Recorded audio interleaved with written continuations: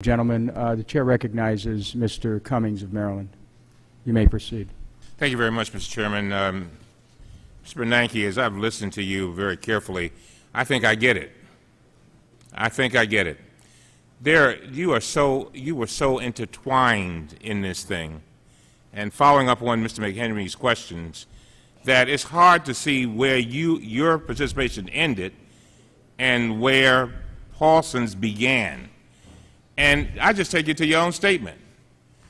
One of the first things you say in your background is, on September 15, Bank of America announced an agreement to acquire Merrill Lynch. I did not play a role in arranging this transaction, and no Federal Reserve assistance was promised or provided in connection with that agreement. Is that accurate, yes or no? Yes. All right. Well, then you go on to talk about all the things you did do. I'm confused. Let's talk about this whole situation with one of the things you did. This is your statement. It says, in responding to the Bank of America in the discussion, I, talking about yourself, expressed concern that invoking the MAC would entail significant risks. And then you go on to talk about that. We had Mr. Lewis, who testified before us that he's been an experienced guy in this whole banking stuff for many, many years. He took this MAC situation very seriously. And then Paulson comes along, and you come along, according to your own testimony, and you say, you know, I don't think that you're right on this. But basically, it sounds like you did not believe in the competence of Mr. Lewis. I'm just finding this out today. Is that right? Did you think he was competent? Yes or no? I don't. That's not a yes/no question. I think on this particular issue, I think that invoking the MAC would have been a mistake. And I'd like to mention, sir, that the first reference was to the original September deal, in which I was not involved in any way. Yeah, but you all wound up in the rest of it, all the way down to the end, based on your testimony. Certainly, I was. All right. Now, so you felt that he was incompetent with regard to this issue, the MAC. Although he was an experienced banker, although he had a fiduciary duty to his shareholders, to his board, and I know that you are always very concerned about disclosure, right? That's major, isn't it not? Certainly. Certainly.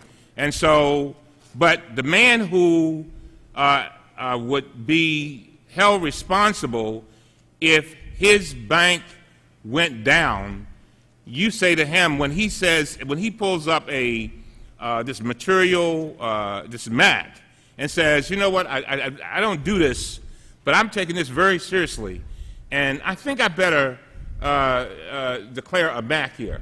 So when he declares it, after all of his experience and what have you, then you come along and says, although it's your duty to disclose certain things, although it's your duty, and you're going to be the one who's going to get hit if this thing falls down, I'm going to put my judgment above your judgment. Is that basically right?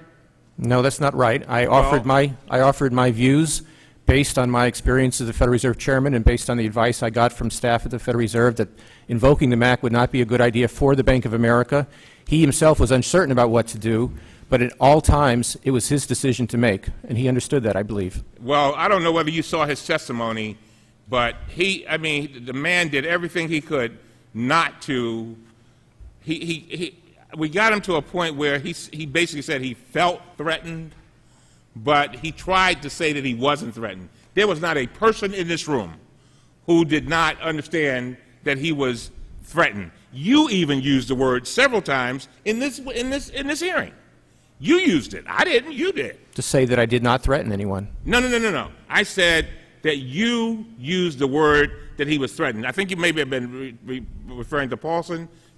And so all I'm saying to you is that I can see how we got to where we've gotten to, where it appears as if we've got Paulson saying, we've got Lewis saying that you may have been behind the scenes doing some things. We've got you saying that you were behind the scenes doing some things.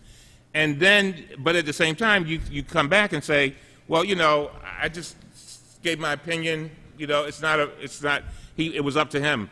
I do not think and I'm asking you, do you think it was up to him when Paulson comes to him and says, I'm going to fire you and I'm going to release your board?